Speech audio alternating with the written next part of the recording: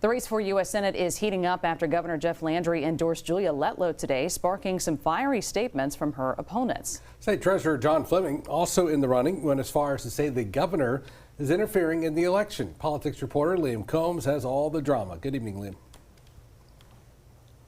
Good evening, Liz and Greg. So political insiders say the governor is working behind the scenes to move donors from Senator Cassie's campaign over to Julia Letlow's. And at the same time, John Fleming says he's received multiple calls from people within the Trump administration offering him jobs in exchange for dropping out of this race. For State Treasurer John Fleming, old friends are becoming new enemies. He told us today he was contacted by Trump administration officials both before and after qualifying for the Senate race. People have suggested that perhaps I would take a position in the administration someplace, in the Trump administration, in exchange for getting out of the race. And of course, I've very politely decline that every time. He told me today the most recent call came from his longtime friend, Dr. Ralph Abraham, former Louisiana Surgeon General who left his post for a job as the second in command at the Centers for Disease Control. He did suggest or offer that I take his place in the CDC as a principal deputy director. He said that he was moving on to another position in the CDC. Fleming says Abraham never floated dropping out of the Senate race despite that job offer.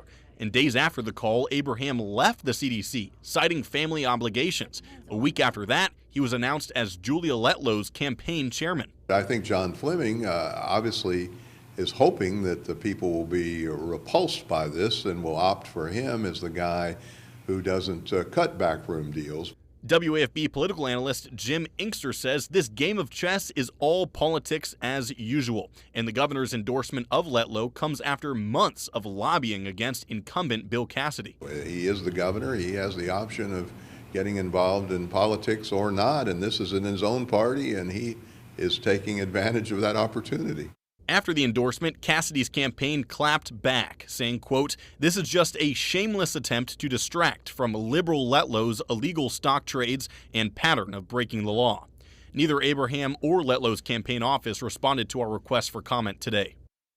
The pot is boiling and it's heating up, but right now it's still anyone's race. We do know that a Trump endorsement in a Republican primary, and that was given to Julia Letlow, usually leads to that candidate advancing to the next round. We'll see if any of today's developments help or hurt that trend. Guys.